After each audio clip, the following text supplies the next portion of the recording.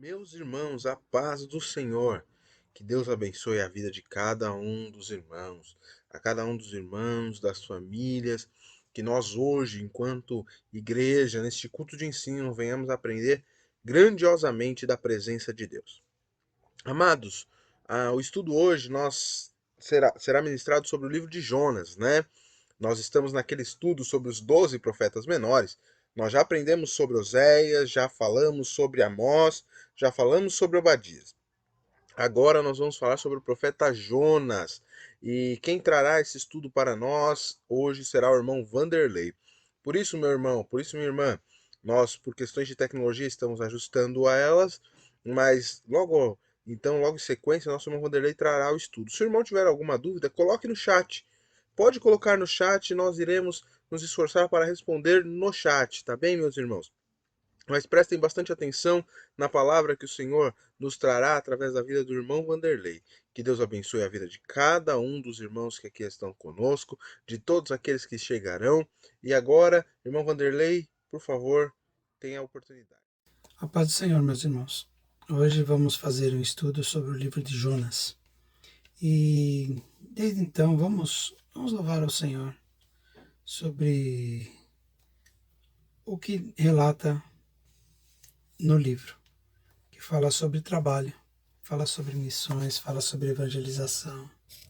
Vamos estar então louvando ao Senhor com o hino de número 93. Há trabalho pronto para ti, cristão, que demanda toda a tua devoção. Vem alegremente a Cristo obedecer, pois só tu, ó crente, poderás fazer. Por Jesus a trabalhar, prontamente e fielmente trabalhar, em servi-lo, que prazer, e só tu, ó crente, o poderás fazer. Para cada crente o Mestre preparou um trabalho certo quando resgatou. O trabalho aqui, Jesus te chama aqui. Como será feito se não for por ti? Por Jesus a trabalhar, prontamente, fielmente trabalhar.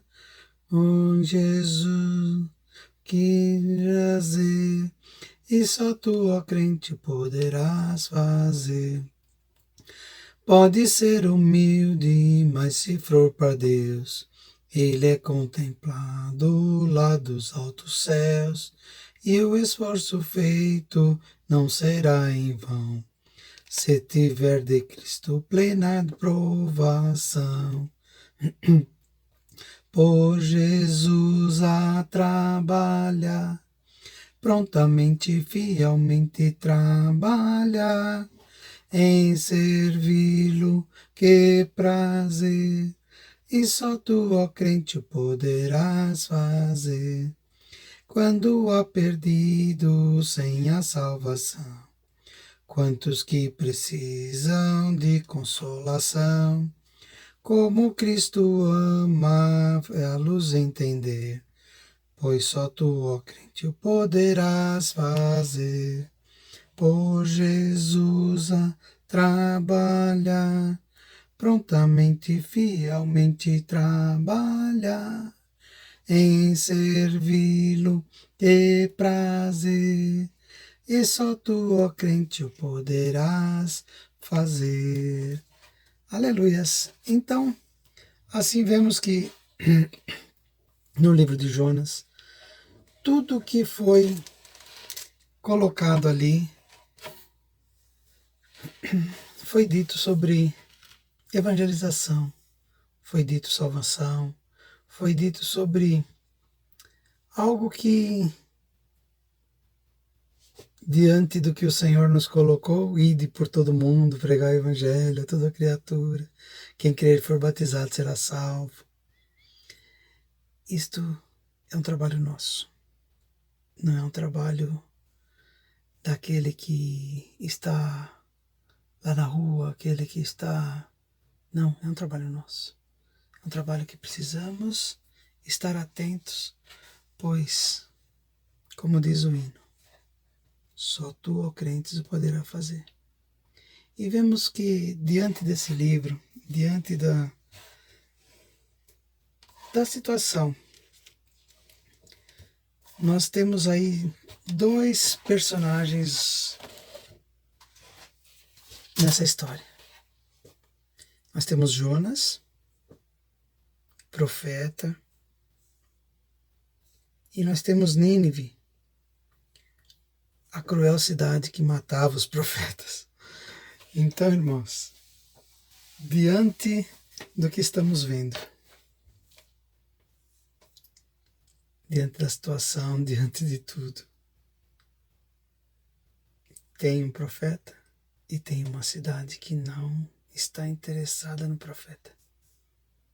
Mas Deus colocou uma missão na mão de Jonas para ir até aquela cidade e falar do Evangelho, falar de Jesus Cristo, colocar o arrependimento ali naqueles corações e também a libertação e a salvação. Quando falamos de Jonas, nós falamos de um profeta no tempo de Jeroboão II, que nós vemos que de repente Jeroboão, reinou ali entre 780 e 750 a.C., isto aproximadamente. E nós vemos o quê?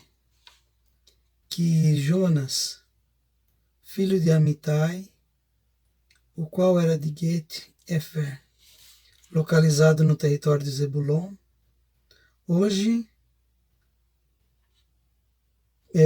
falamos que ali está a Galileia.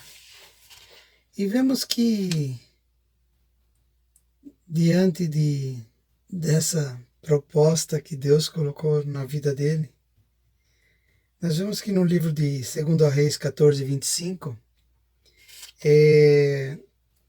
também é falado sobre Jonas naquele tempo. Diz assim: estabeleceu ele os limites de Israel, Jeroboão II, desde a entrada de Amate até ao mar da planície, segundo a palavra do Senhor, Deus de Israel, o qual falara por intermédio do seu servo Jonas, filho de Amitai, o profeta, o qual era de Gat-Efer.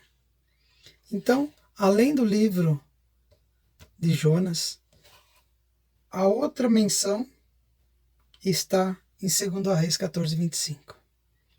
E diante disto, diante do que vemos aí, nessa época toda, nessa situação, nós vemos que Jeroboão tinha sucesso, tivera sucesso em restabelecer o poder de Israel sobre a maior parte do território ao norte de Judá, controlado por Davi e Salomão.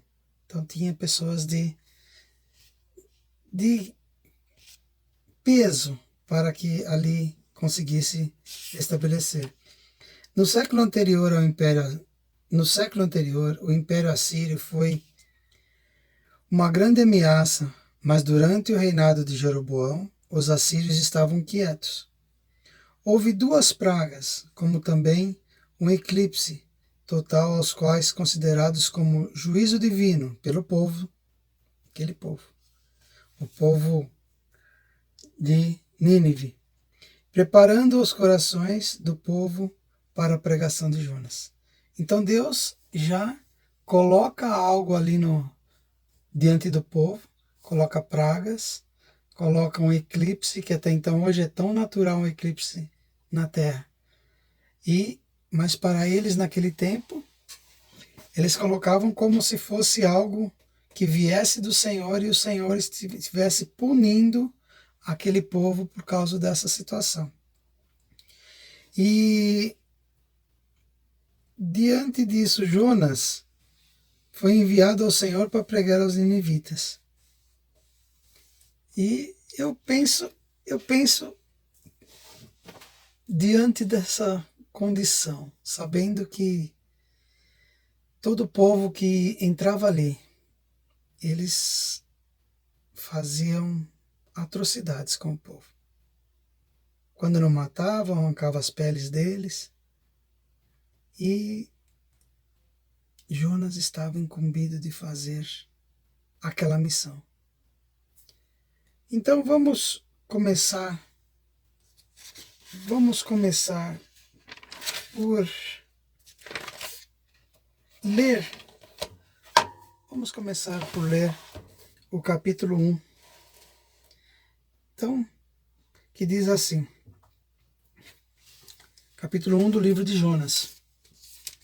Veio a palavra do Senhor a Jonas, filho de Amitai, dizendo: Dispõe-te e vai à grande cidade de Nínive e clama a ela, porque a sua malícia subiu até mim. Olha como estava o povo.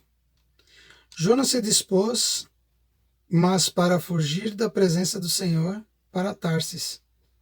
E tendo descido a Jope, achou um navio que ia para Tarsis. Pagou, pois, a sua passagem e embarcou nele para ir com eles a Tarsis, para longe da presença do Senhor. Mas o Senhor lançou sobre o mar um forte vento e fez-se do mar uma grande tempestade. E o navio estava a ponto de despedaçar. Então os marinheiros, cheios de medo, clamavam cada um ao seu Deus e lançavam ao mar a carga que estava no navio, para aliviarem do peso dele. Jonas, porém, havia descido ao porão e se deitado e dormia profundamente. Então, todos estavam ali e Jonas estava dormindo. Olha, já tinha fugido da presença do Senhor, já tinha ido para outra região e de repente estava ali e o Senhor sacudindo o barco para lá e para cá. Chegou-se a ele no 6, o mestre do navio, e lhe disse: Que se passa contigo? Agarrado no sono. Levanta-te e invoca teu Deus, talvez assim esse Deus se lembre de nós para que não pereçamos. E diziam uns aos outros: Vinde e lancemos sorte para que saibamos por causa de quem nos sobreveio este mal. E lançaram sorte, e a sorte caiu sobre Jonas. Então lhe disseram: Declara-nos agora por causa de quem nos sobreveio esse mal. Que ocupação é a tua? De onde vem? Qual a sua terra? E de que povo és tu? E ele lhes respondeu: Sou hebreu e temo ao Senhor, o Deus do céu, que fez o mar e a terra. Então os homens ficaram possuídos de grande temor e lhe disseram: Que é isto que fizeste? Pois sabiam os homens que ele fugia da presença do Senhor, porque ele o havia declarado. Disseram-lhe que te faremos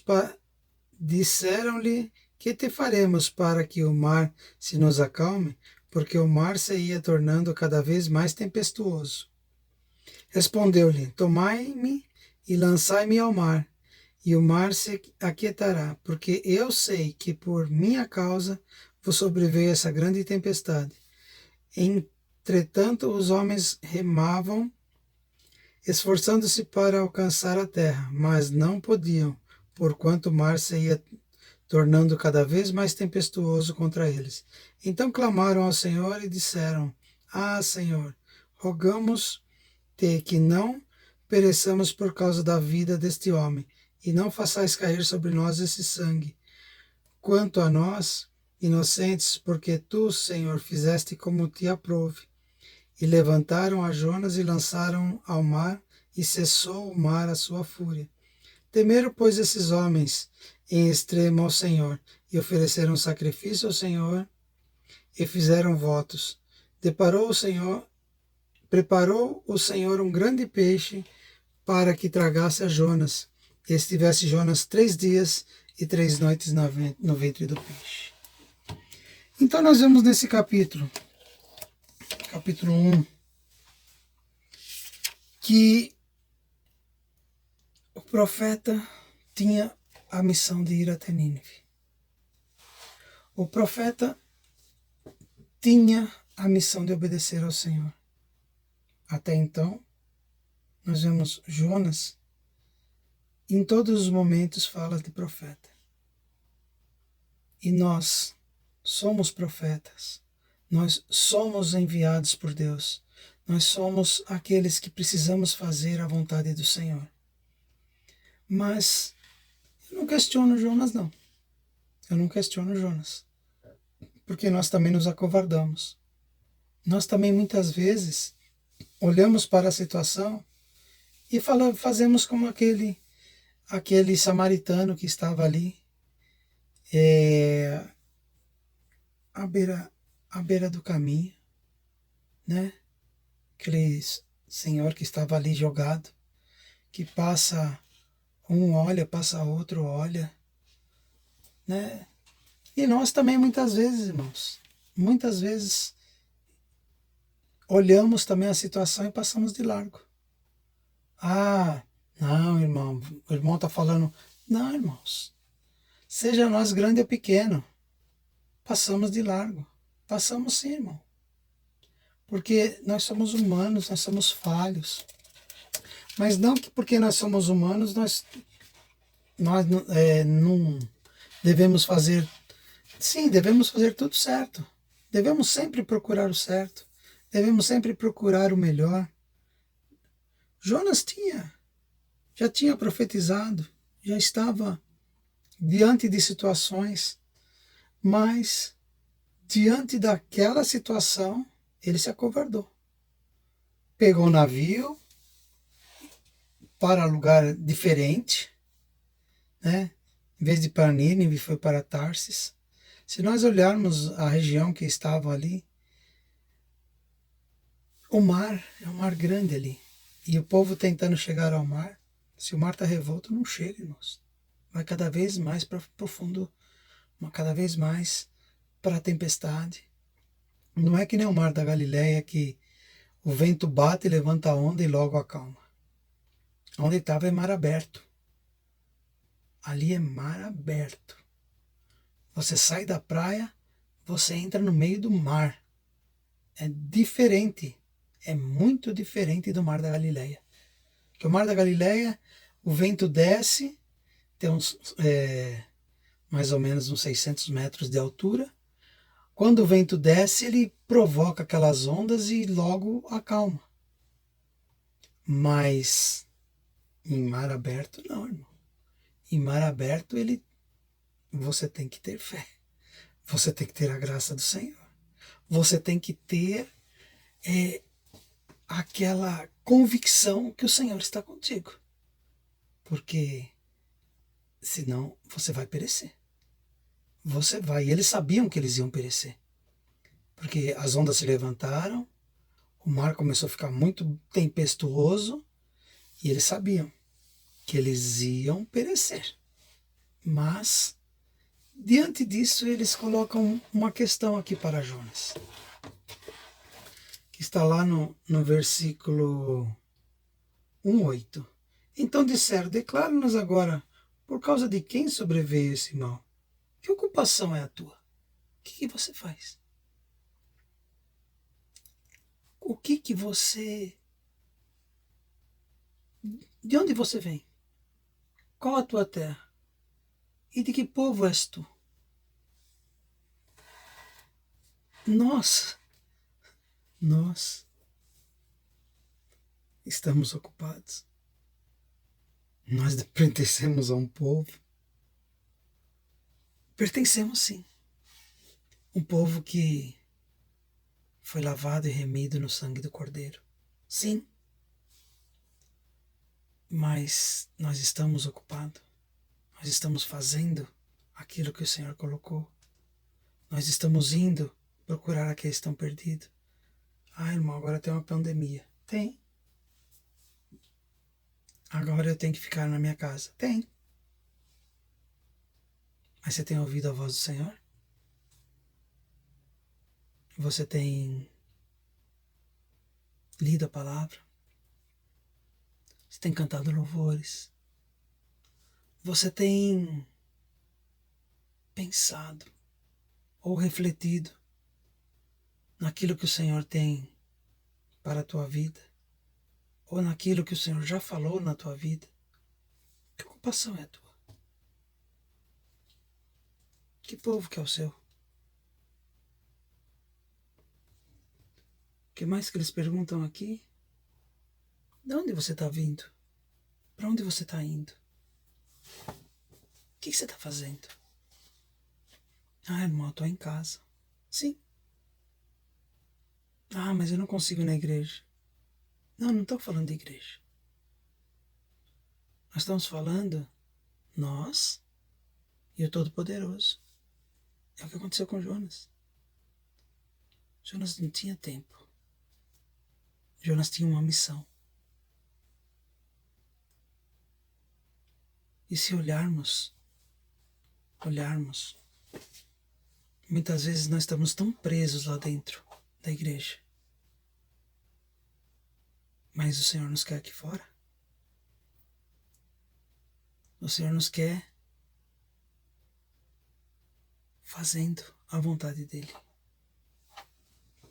O Senhor nos quer fazendo a vontade dEle. Muitas vezes, irmãos, nós se escondemos dentro da igreja. Não estou falando que nós não devemos ir. Não é isso. Nós devemos ir, aprender, ouvir, entender e executar. Jonas ouviu, entendeu e fugiu. Vamos colocar uma situação. Nós estamos falando sobre Jonas. Mas vamos colocar uma situação aqui. De repente, Deus fala para Noé: faz uma arca com 300 côvados de comprimento, 150 côvados de largura e tantos côvados de altura. Coloca todos os animais e sai para dentro da água. E se de repente Noé fizesse algo que, em vez de ter 150, em vez de ter 300, ele tivesse feito uma de 15 por 30, 15 côvados por 30 côvados. Aí, em vez de ele fazer com 50 côvados de altura, se não tenho as medidas corretas, mas se fosse para ele fazer com 50, um exemplo, e ele fizesse com 500, o Senhor falou que era assim. Ia fazer um barco pequeno, sem comprimento, alto que nem um edifício. A hora que a água começasse a levantar, aquilo ia afundar. O que o Senhor quer falar com isso? Que quando o Senhor fala é para ir ali, é ali. Se é para ir na casa do vizinho, é na casa do vizinho. Se é para ir na casa de um parente, é na casa de um parente. Se é para ligar para a pessoa e conversar com ela, é para ligar. Porque às vezes a pessoa não permite que vá até a casa dela. Não estamos falando da pandemia, esquecemos um pouco disso. Mas às vezes é só para ligar. Preparar o caminho. E a pessoa já vai direto lá na casa da pessoa. E a pessoa fica daquela forma, constrangida, e nunca mais quer saber do Evangelho. Como o Senhor colocou aqui, Ele colocou pragas. Ele colocou um eclipse para preparar a entrada do Evangelho. Então, nós como profetas, nós como missionários, temos que ir como quando Deus já está com o terreno preparado. A nossa parte de arar a terra, a nossa parte de plantar, essa é a nossa parte. Mas o Senhor tem que mostrar a terra. A terra que está perecendo, a terra que está árida, a terra que está encharcada. O Senhor tem que mostrar isso para nós. E para Jonas mostrou. Jonas, você tem que ir até Nínive. O povo está ruim. O povo precisa mudar. Eu quero salvar aquele povo. Jonas, entenda que eu quero salvar aquele povo. A minha salvação não é só para você. Não é para o teu povo. Não é só para o judeu. A minha salvação era para todos. A princípio, sim, só para o judeu. Mas o judeu, quando rejeita o Senhor Jesus, está aberto para todos. E nós vemos o quê? Que Deus já tinha um plano. Deus já tinha um plano, desde o começo. Até enviar Jesus. Mas até então, ele usava os profetas. Como usou Jeremias, como usou Ezequiel, como usou tantos outros, Obadias, como usou Daniel. Mas Jonas, em determinado momento, não entendeu isso. E por não entender isso, ele desvia o caminho dele. E o Senhor, no capítulo 2, que nós vamos estar lendo agora, ele coloca como um momento de angústia por ter fugido da presença do Senhor, por ter não feito aquilo que o Senhor queria. E o arrependimento chega até Jonas. Vamos ler o capítulo 2. Diz assim, a oração de Jonas no ventre do peixe. Então Jonas, do ventre do peixe, orou ao Senhor seu Deus e disse, na minha angústia clamei ao Senhor, e ele me respondeu. Do ventre do Altíssimo gritei, e tu me ouviste a voz, pois me lançaste no profundo, no coração dos mares, e a corrente das águas me cercou. Todas as tuas ondas, as tuas vagas passaram por cima de mim. Então eu disse, lançado estou de diante dos teus olhos. Tornarei porventura a ver o teu santo templo? Agora ali ele se preocupou. Tornarei a ver o teu santo templo? Até então ele não estava preocupado. Até então ele estava dormindo. Até então ele estava indo para Tarsis. E vemos no 5º, 2:5. As águas me cercaram até a alma. O abismo me rodeou e as algas se enrolaram na minha cabeça. Desci até os fundamentos dos montes, desci até a terra, cujos ferrolhos se corroeram sobre mim para sempre. Contudo, fizeste subir da sepultura a minha vida, ó Senhor Deus meu.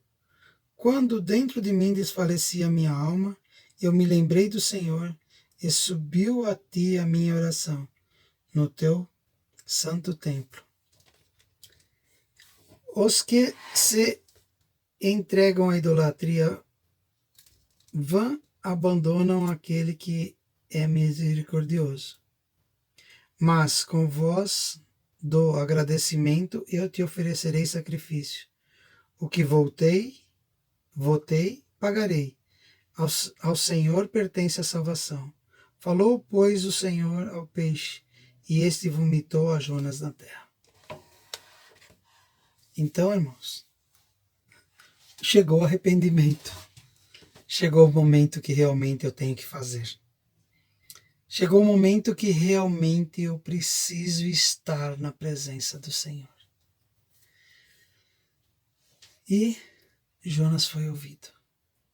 A oração de Jonas chegou até o Senhor. E o Senhor deu graça a ele. E fez com que o peixe o jogasse lá na terra. Mas a caminhada era grande. Dizem que Nínive, mais ou menos para chegar a uns 3, o tamanho, né, de Nínive, assim, tipo uns 3 dias a pé. Então, é grande, não é pequenininha não é uma cidade pequena. Se nós andamos a 5 km por hora, não sei quantas horas ele andou, se ele anda 8 horas, são 40 km por dia, então ele andou uns 120 km. Não sei. Um passo normal é esse, 5 km por hora. Você levou 3 dias, olha o quanto ele teve que caminhar. Então, às vezes nós não fazemos o que é para fazer e damos uma volta muito grande. O Senhor nos coloca, tipo o povo. O povo quando saiu do Egito. O Senhor diz que daria uma terra que mana leite e mel. Se formos olhar esse trajeto, pela graça do Senhor eu já fiz esse trajeto, a pé levaria uns 40 dias. Nós somos de carro, nós somos de ônibus. De ônibus nós fomos até o Egito e voltamos no mesmo dia. Saímos de Jerusalém, fomos até o Egito, voltamos, ainda subimos no Monte Sinai, no mesmo dia. E o povo levou 40 anos. O povo precisava aprender, o povo precisava melhorar. Ai, meu Deus, que possamos não esquecer do Senhor, mas que possamos estar sempre na sua presença. Vamos lá para o capítulo 3. Vamos lá para o capítulo 3. Dessa vez o profeta obedece à ordem de ir a Nínive e proclama em altas vozes por toda a cidade. O povo de Nínive, desde o rei até o menor, reage com sincero arrependimento, até os vestidos de saco, até vestindo-se de saco. O Senhor ouve o clamor e roga e revoga a ameaça de destruição. Povo ímpio, um povo que tinha ou fazia tudo muito desqualificado. O Senhor ouve a oração, porque o Senhor queria salvar. O arrependimento do povo trouxe salvação. Vamos ler lá o capítulo 3. Veio a palavra do Senhor segunda vez a Jonas, dizendo: Dispõe-te e vai à grande cidade de Nínive e proclama contra ela a mensagem que eu te digo. Levantou-se, pois, Jonas e foi a Nínive, segundo a palavra do Senhor. Ora, Nínive era cidade muito importante diante de Deus, e de 3 dias para percorrê-la, como eu já tinha colocado agora há pouco. Começou Jonas a percorrer a cidade caminho de um dia, e pregava e dizia ainda 40 dias e Nínive será destruída. Os ninivitas creram em Deus e proclamaram um jejum, e vestiram-se de panos de saco, desde o maior até o menor. Chegou essa notícia ao rei de Nínive, ele levantou-se do seu trono, tirou de si as vestes reais, cobriu-se de pano de saco e assentou-se sobre a cinza, e fez-se proclamar e divulgar em Nínive, por mandato do rei e seus grandes, nem homem, nem animais, nem bois, nem ovelhas, provem coisa alguma, nem os levem ao pasto, nem bebam água, mas sejam cobertos de pano de saco todos os homens como os animais, e clamarão fortemente a Deus, e se converterão, cada um do seu caminho, do seu mau caminho, e da violência que há nas suas mãos. Quem sabe se voltará a Deus e se arrependerá, e se apartará do furor da sua ira, de sorte que não pereçamos. Viu Deus o que fizeram, como se converteram do seu mau caminho, e Deus se arrependeu do mal que tinha lhe dito que faria, e não o fez. Então vemos que o importante para Deus é o arrependimento, é um coração contrito, é estar em obediência, é estar em obediência, é estar em obediência. Esse é o melhor ponto que nós podemos fazer, é estar em obediência. Não tem outra situação. Não tem outra situação. Ou nós estamos em obediência, ou nós estamos buscando essa obediência, esse arrependimento, ou não chegaremos, não atravessaremos o Jordão. De jeito nenhum. Nós ficaremos aqui olhando. Mas se nós buscarmos, se nós estarmos na presença do Senhor, o Senhor nos colocará no outro lado do Jordão. Nos colocará diante dele. Nos colocará nas mansões celestiais. Andaremos nas ruas de ouro. Veremos o Senhor face a face. Isso sim acontecerá. Mas se nós nos arrependermos, se nós mantivermos firme a nossa salvação, se não, irmãos, se não, em vão é tudo que estamos fazendo. Porque depois que estivermos feito tudo, nós somos considerados servos inúteis. E se nós fizermos metade, ou então quase nada, não sei o que aconteceria, o que vai acontecer com a gente. Mas nós precisamos se arrepender. Cada dia nos arrepender. Cada dia procurar ser mais e mais gratos a Deus. Cada dia. Cada dia nós buscarmos do Senhor. E o Senhor fazer algo que nós possamos estar melhorando. Vamos lá para o último capítulo, capítulo 4. Deus prepara uma planta de crescimento rápido e o protege do sol. E no dia seguinte o verme destrói e Jonas deseja a morte. Assim como Jonas se preocupa com uma abóbora, Deus se preocupa com os homens pecadores.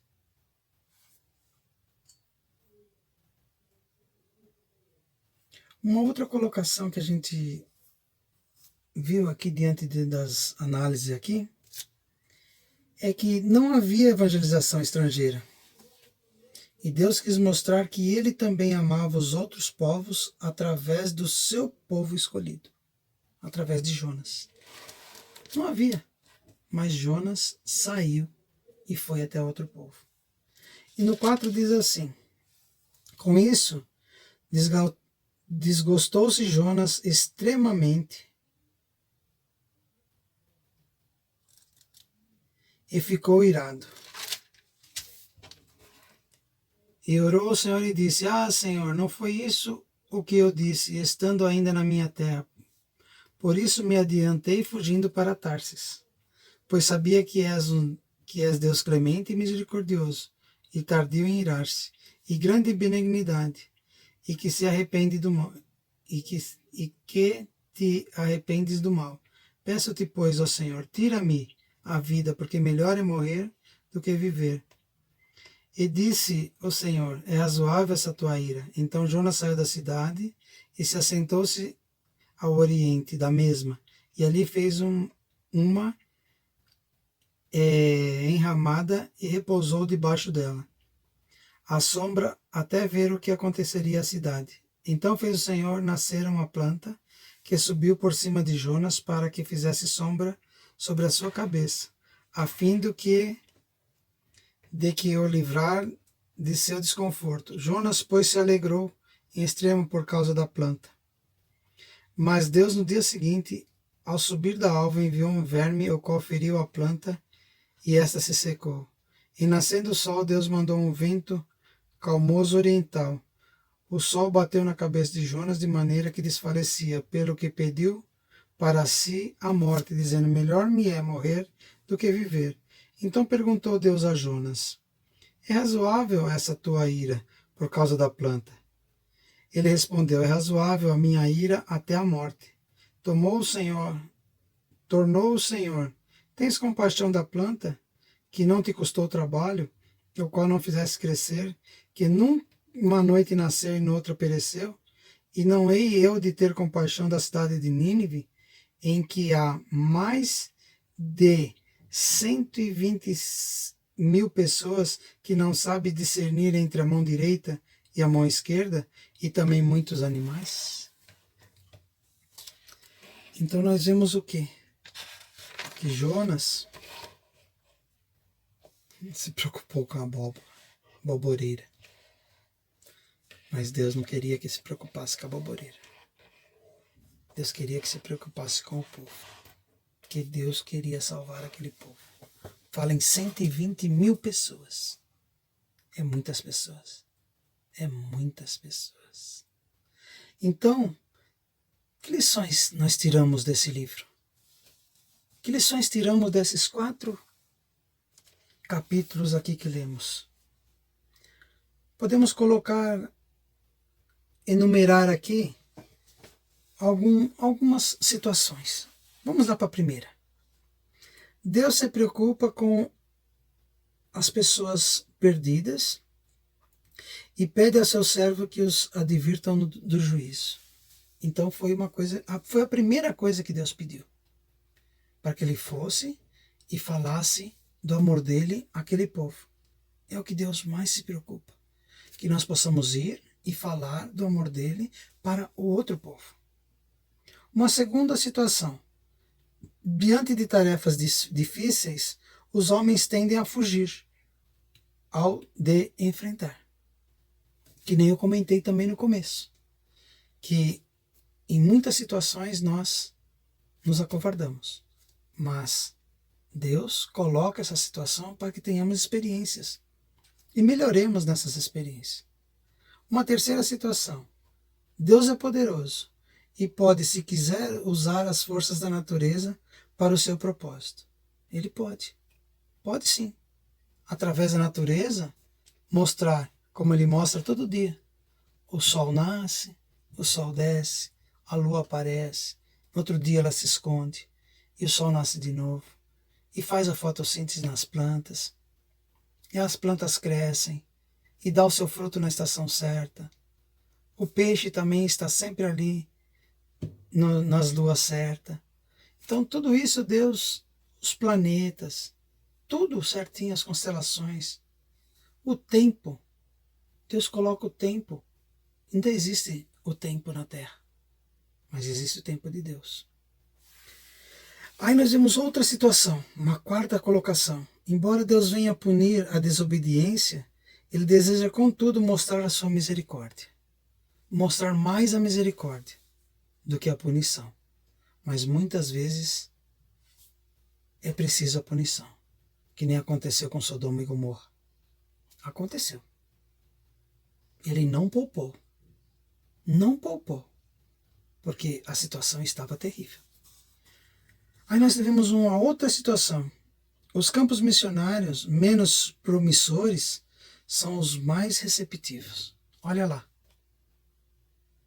Aqueles lugares, no caso de Nínive, que arrancava até a pele dos missionários que iam lá, daqueles que iam para a guerra, qualquer coisa. Olha lá, se converteram desde o rei até o mais baixo súdito. Então, uma terra que não era promissora, mas foram muito receptivos. Então nós não devemos julgar. Eu vou falar para esse, não vou falar para aquele. Aquele vai aceitar o evangelho, esse daqui não. Não é assim. Aquele que a gente pensa que não está nem um pouco preocupado, é aquele que o Senhor vai usar. É aquele que o Senhor quer. É aquele que o Senhor vai fazer um grande homem ou uma grande mulher para que possa levar o seu evangelho. E a última situação.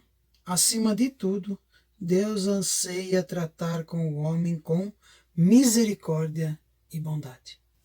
Sempre, em todo momento, Deus trata o homem com misericórdia.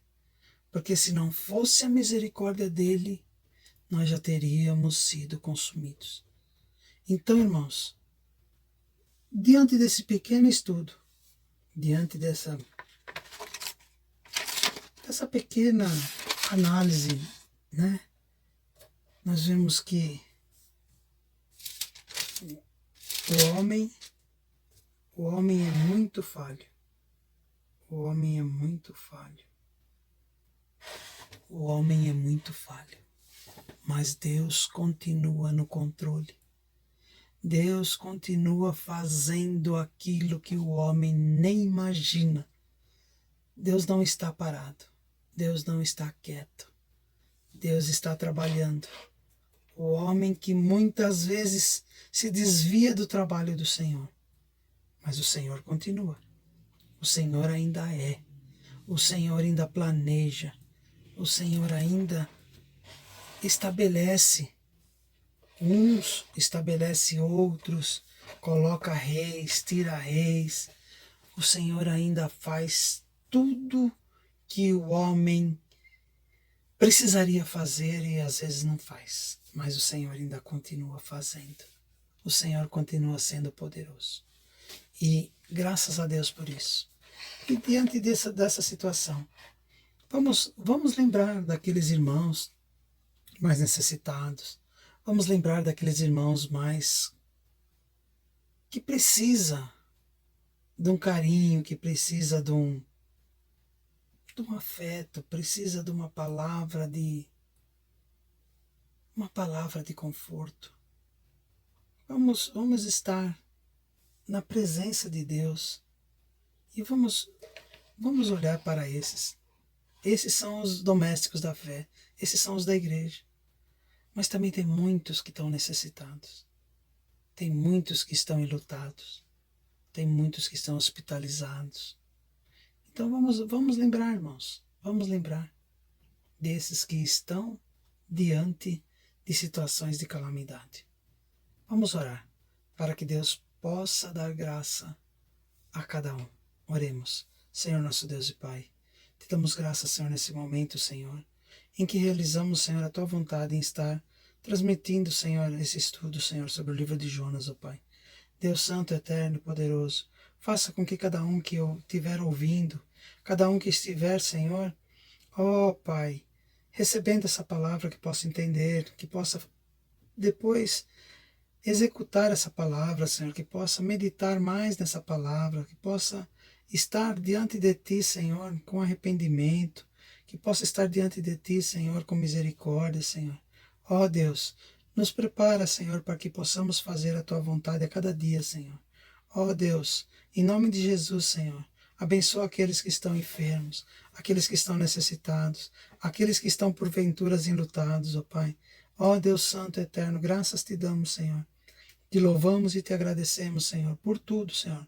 No nome de Jesus nós te louvamos e te agradecemos. Amém. Que Deus seja louvado por cada um e que a graça, que a paz, que a misericórdia do Senhor seja com todos. Em nome de Jesus. Amém.